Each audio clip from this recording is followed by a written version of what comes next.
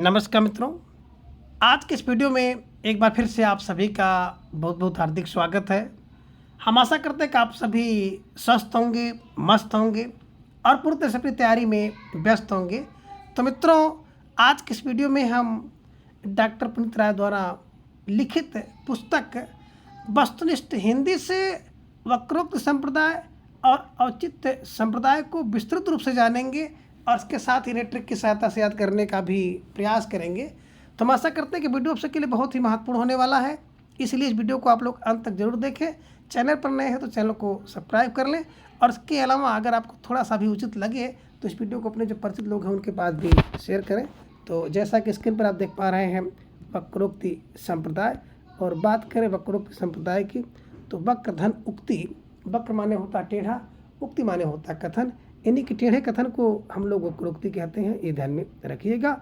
और सबसे पहला जो कथन आप देख रहे हैं कि वक्रोक्ति संप्रदाय के प्रतिष्ठापरक आचार्य कौन है, यानी कि पहला प्रश्न आपसे बन सकता है कि वक्रोक्ति संप्रदाय के प्रवर्तक कौन है, तो उत्तर आपका कुंतक होगा। दिमाग में कैसे बैठाएंगे, तो देखिए अगर किसी के ऊपर कुंतल भर वजन रख देंगे ना, तो मैंने आपको बताया था व्यक्ति वक्र हो जाएगा, टेढ़ा हो जाएगा, तो ऐसा ध्यान में रख लीजिएगा। और ये भी हो सकता है ना, जब किसी के ऊपर 1 कुंतल वजन रख देंगे ना तो टेढ़ा कथन बोलेगा, उल्टा पलटा बोलने लगेगा, है ना। तो ये ध्यान में आप रख लीजिएगा, ठीक है। आगे देख रहे हैं कि वक्रोक्त जीवतम नामक ग्रंथ की रचना कर वक्रोक्त सिद्धांत का प्रवर्तन किस आचार्य ने किया, यानी कि किस आचार्य ने वक्रोक्त जीवतम नामक ग्रंथ लिखा, तो यही कुंतक है, ये ध्यान में रखिएगा। कुंतल भर वजन रखोगे तो कोई व्यक्ति वक्र हो जाएगा, टेढ़ा हो जाएगा, और जब टेढ़ा हो जाएगा तो वक्रोक्त जीवतम ग्रंथ लिखेगा, ध्यान में रख लीजिएगा, ठीक है। चलिए आगे है, वक्रोक्त को काव्य की आत्मा किस आचार्य ने घोषित किया। अब देखिए वक्रोक्त संप्रदाय का जिन्होंने प्रवर्तन किया है, जिन्होंने वक्रोक्त जीवतम नामक ग्रंथ लिखा है, उन्होंने ही वक्रोक्त को काव्य की आत्मा माना है। आपसे प्रश्न ये भी पूछ सकता है ना कि कुंतक ने काव्य की आत्मा किसे माना है, तो कुंतक ने वक्रोक्त को काव्य की आत्मा माना है, या प्रश्न ये भी आ गया कि वक्रोक्त को काव्य की आत्मा किस आचार्य ने माना है, तो दोनों का उत्तर कुंतक ही है, ध्यान में रख लीजिएगा, ठीक है। चलिए एक सुंदर सी उक्ति आपको दिख रही है कि उभे वेताव अलंकार्यो तयो पुनः अलंकृति वक्तिरेव वैदग्ध भंगी भणति रुचिते, है ना। ये किस आचार्य का कथन है, तो आपका जवाब आ गया कि कुंतक है, ध्यान में रखना होगा। अब कैसे दिमाग में रखेंगे, तो देखिए उभय वेताम अलंकार होता हो पुनर्लंकृति। अब पुनः अलंकृति कौन होता है, उभय वेताम अलंकार कौन करता है, ये ध्यान में रखिएगा, कुंतक करते हैं, कुंतक, ठीक है, ध्यान में रख लीजिएगा। कुंतक की वो पंक्ति है, ध्यान में रखना होगा। जैसे देखिएगा उभय वेताव अलंकार, तुरंत कुंतक को लगा दीजिएगा, ठीक है। वक्रोक्त का सर्वप्रथम शास्त्रीय विवेचन करने वाले आचार्य कौन हैं, तो वक्रोक्त का सबसे पहले शास्त्रीय विवेचन किसने किया था, भामा ने किया था। भामा को मैं मामा कहता हूँ, तो भामा ने किया था, ध्यान में रख लीजिएगा। वक्रोक्त का सर्वप्रथम शास्त्रीय विवेचन कौन करता है, भामा करते हैं, ध्यान में रख लीजिएगा। यानी कि अगर कोई व्यक्ति उल्टा टेढ़ा बोलता है, उल्टा बोल देता है ना, तो सबसे पहले कौन रोकते हैं, मामा रोकते हैं, क्योंकि 2 माँ के बराबर होते हैं मामा, ध्यान में रख लीजिएगा। मामा से हम लोग डरते भी हैं, ठीक है। और एक ऐसा रिश्ता है ना कि शादी निमंत्रण आदि कार्य में सबसे पहले मामा के पास भेजा जाता है, तो ये ध्यान में रख लीजिएगा, ठीक है। और यहाँ पर देख सकते हैं कि भामा के अनुसार वक्रोक्ति का मूल तत्व क्या है ना, तो ये ध्यान में रखिएगा। भामा के अनुसार वक्रोक्ति का मूल तत्व क्या है, शब्द एवं अर्थ की वक्रता या चमत्कार। शब्द एवं अर्थ की वक्रता या चमत्कार जो है, भामा के अनुसार वक्रोक्ति का मूल तत्व क्या है, शब्द या अर्थ की वक्रता या चमत्कार, ठीक है। चलिए आगे, भामा ने अलंकार को काव्य का सर्वस्व मानते हुए वक्रोक्त को उसके प्राण स्वीकार किया। ये लीजिए प्यारा सा प्रश्न है, काव्य की आत्मा किसे माना, कुंतक ने, वक्रोक्त के माना। भामा ने अलंकार को सर्वस्व स्वीकार किया, काव्य अलंकार की पुस्तक है, मैंने आपको बताया था मामा काव्य अलंकार करते हैं, है ना। तो इन्होंने अलंकार को काव्य का स्वीकार करते हुए वक्रोक्त को उसका प्राण स्वीकार किया है, ये भी ध्यान में आप रख लीजिएगा, है ना। अभी आपने देखा कि वक्रोक्त तो काव्य की आत्मा कुंतल भर होती है, यानी कुंतक की है, और प्राण जो है ना मामा में होता है। वक्रोक्त का प्राण मामा में होता है, यानी कि भामा ने। भामा ने वक्रोक्त को प्राण कह दिया है, तो ये भी आप ध्यान में रख लीजिएगा। ठीक है, चलिए आगे। वक्रोक्त को अलंकार का मूल मानते हुए किस आचार्य ने समस्त वांग्मय को दो भागों में स्वभावोक्ति एवं वक्रोक्ति किया है? तो बिल्कुल आपका जवाब आ गया दंडी। दंडी ने क्या किया कि वक्रोक्त को अलंकार का मूल मान लिया। अब अलंकार का मूल कौन है? वक्रोक्ति है। अभी आपने क्या देखा कि वक्रोक्त जो है अलंकार का प्राण था, है ना। तो ये ध्यान में रखिएगा, अलंकार का मूल मानते हुए किस आचार्य ने वांग्मय को दो भागों में बांटा, स्वभावोक्ति एवं वक्रोक्ति।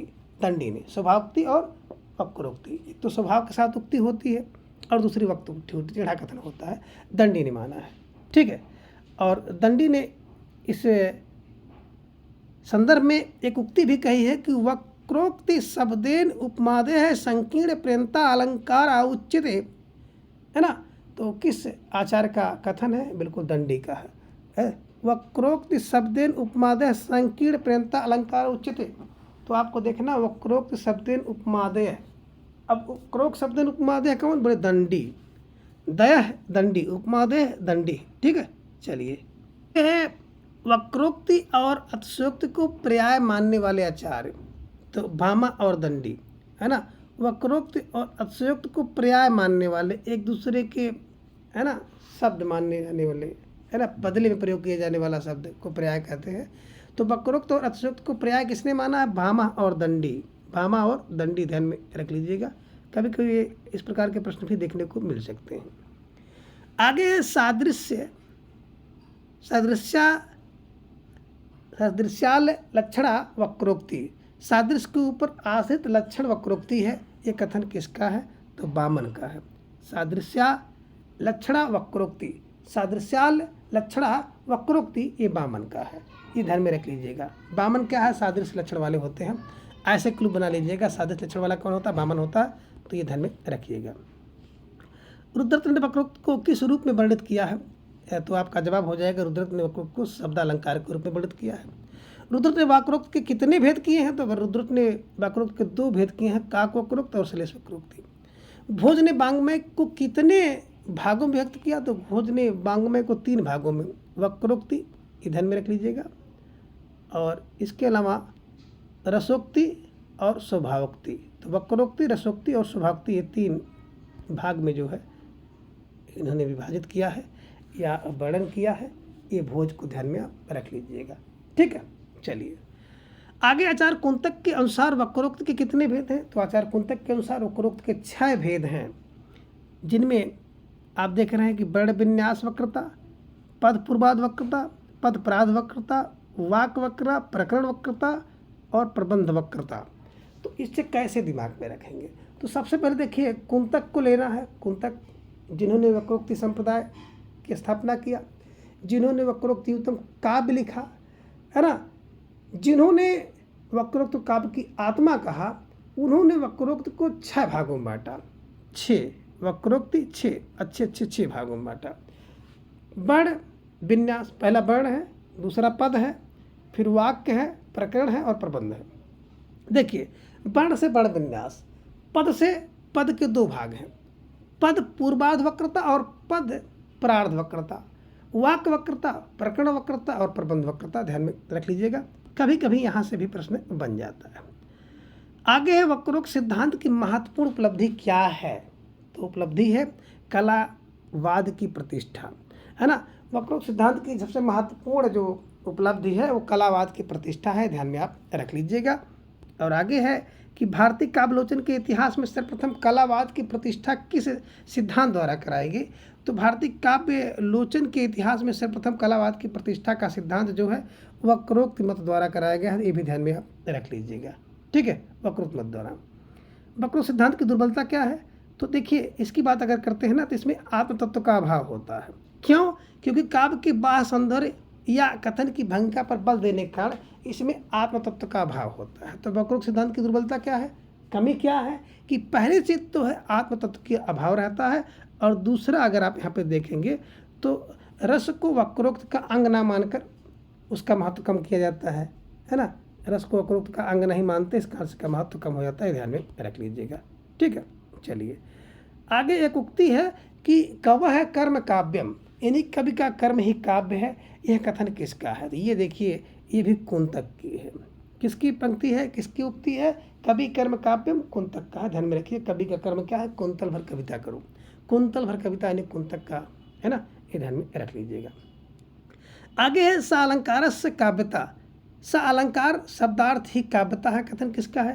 तो ये भी कुंतक का है।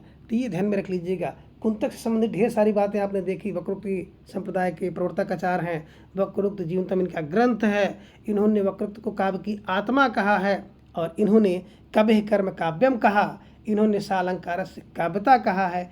ये भी आप ध्यान में रख लीजिएगा।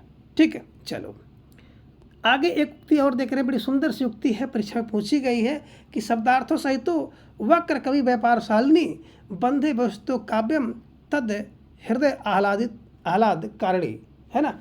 यानी कि वक्र कवि व्यापार वाले विद्वान यानी कि विद्वों काव्यज्ञों के लिए आह्लादबद्ध व्यवस्थित शब्द और अर्थ काव्य है। काव्य की यह परिभाषा किस आचार्य ने दी है? तो कुंतक ने दी है। बस जहाँ पे देखिएगा शब्दार्थों सहित तो वक्र कवि व्यापार शालिनी, वक्र कवि व्यापार, शब्दार्थों सहित तो काव्यम भामा का है, लेकिन शब्दार्थों सहित तो वक्र कवि व्यापार शालिनी होना चाहिए। वक्र माने टेढ़ा जान ही रहे, जैसे टेढ़ा हो जाएगा समझ लीजिएगा कुंतक का है। बस कुंतक ध्यान में रख लीजिएगा। ठीक है, चलिए आगे है वक्रोक्त प्रसिद्धा अभिधान व्यतिरेकिणी विचित्र व विधा। यानी कि वक्रोक्त प्रसिद्ध कथन से भिन्न व्यतिरेक विचित्र प्रकार की अभिधा है। तो ये भी जो कथन है बिल्कुल कुंतक जी का है, ध्यान में रख लीजिएगा कि वक्रतो प्रसिद्धा अभिधान, है ना। वक्रतो प्रसिद्ध अभिधान, प्रसिद्ध अभिधान क्या है? तो वह कुंतक का है, ध्यान में रख लीजिएगा। ठीक है, चलिए आगे दूसरा संप्रदाय आप देख रहे हैं कि औचित्य संप्रदाय, है ना। औचित्य संप्रदाय की चर्चा अगर हम लोग करें तो औचित्य संप्रदाय, औचित्य विचार चर्चा ग्रंथ का आचार्य कौन है? क्षेमेंद्र हैं। और औचित्य संप्रदाय के प्रवर्तक की बात अगर हम लोग करते हैं ना, तो औचित्य संप्रदाय के जो प्रवर्तक आचार्य हैं वो क्षेमेंद्र जी हैं। तो ये भी आप ध्यान में रखिएगा कि औचित्य विचार चर्चा ग्रंथ किसका है? तो क्षेमेंद्र का है। औचित्य संप्रदाय के प्रवर्तक कौन है? क्षेमेंद्र हैं। कैसे दिमाग में बैठाएंगे? तो देखिए औचित्य क्या है? बोले औचित्य तो यही है कि विचार चर्चा करके क्षमा कर दीजिए। औचित्य विचार चर्चा यानी कि उचित क्या है? कभी कभी देखे होंगे दो पक्षों के बीच में लड़ाई झगड़ा हो जाता है, बात और अधिक ना बढ़े तो लोग पूछते हैं इसका औचित्य क्या है? कहते भैया औचित्य यही है कि विचार चर्चा करके इसको क्षमा करो। क्षमा फार क्षेमेंद्र द्वारा बिल्कुल लिखा गया ग्रंथ है। ठीक है, काव्य से प्रथम औचित्य शब्द का प्रयोग कन्नौज के नरेश जिनका नाम था सुब्रमण्य ने अपने नाटक राम अभ्युदय में किया था।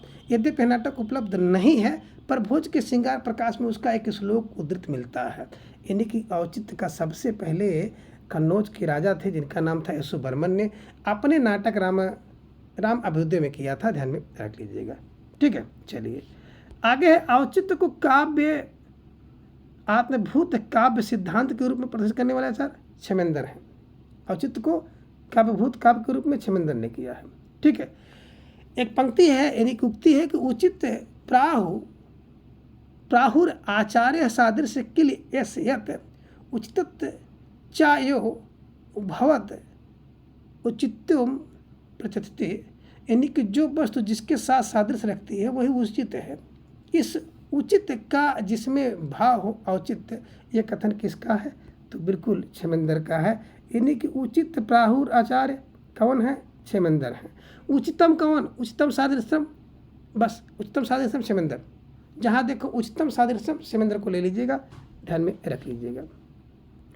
आगे औचित्य से चमत्कार है कर्णेश चरु चावर्ण रस जीवित भूतस्य विचार क्रिया क्रियते अधुना। यानी कि औचित्य रस का जीवित या प्राण और चमत्कारिक है, यह कथन किसका है? तो बिल्कुल क्षेमेंद्र का है, इसे ध्यान में आप रख लीजिएगा। ठीक है, चलिए आगे है क्षेमेंद्र के अनुसार औचित्य के प्रधान भेद कितने हैं? तो 27 हैं, जिनमें पद है, वाक्य है, प्रबंध है, गुण है, अलंकार है, रस क्रिया है, कारक है, लिंग है, वचन है, विशेषण है, उपसर्ग है, निपात है, काल है, देश है, कुल है, व्रत है, तत्व है, सत्य है, अभिप्राय है, स्वभाव है, सार संग्रह, प्रतिभा, अवस्था, विचार, नाम और आशीर्वाद है ना। रस ने साथ औचित्य का संबंध स्थापित करने वाले प्रथम आचार्य हैं, यानी कि रस के साथ आप कह सकते हैं कि रस के साथ औचित्य का संबंध स्थापित किसने किया था? आनंदवर्धन ने किया था। रस के साथ औचित्य का संबंध किसने स्थापित किया? वो करने वाले आचार्य प्रथम आचार्य हैं आनंदवर्धन है, ध्यान में रख लीजिएगा। और क्षेमेंद्र ने रस का प्राण किसे माना है? तो क्षेमेंद्र ने रस का प्राण जो है औचित्य को माना है, ये ध्यान में रख लीजिएगा। औचित्य सिद्धांत को स्वतंत्र काव्य सिद्धांत ना मानकर इसे विभिन्न काव्यों के सिद्धांतों का समन्वय किस आलोचक ने किया है? तो नंद दुलारे वाजपेयी ने किया है, ये भी आप ध्यान में रख लीजिएगा। ठीक है, तो चलिए मित्रों, आज की इस क्लास में बस इतना। अगली क्लास में हम इसके अगले भाग को यानी कि ध्वनि सिद्धांत को जानेंगे। तब तक के लिए आप सभी अपना बेहद ख्याल रखें, अपना अधिक से अधिक समय अपने अध्ययन पर लगाएं, अपना प्रेम स्नेह विश्वास इसी तरह से चैनल पर बनाए रखें। धन्यवाद, नमस्कार, बाय बाय।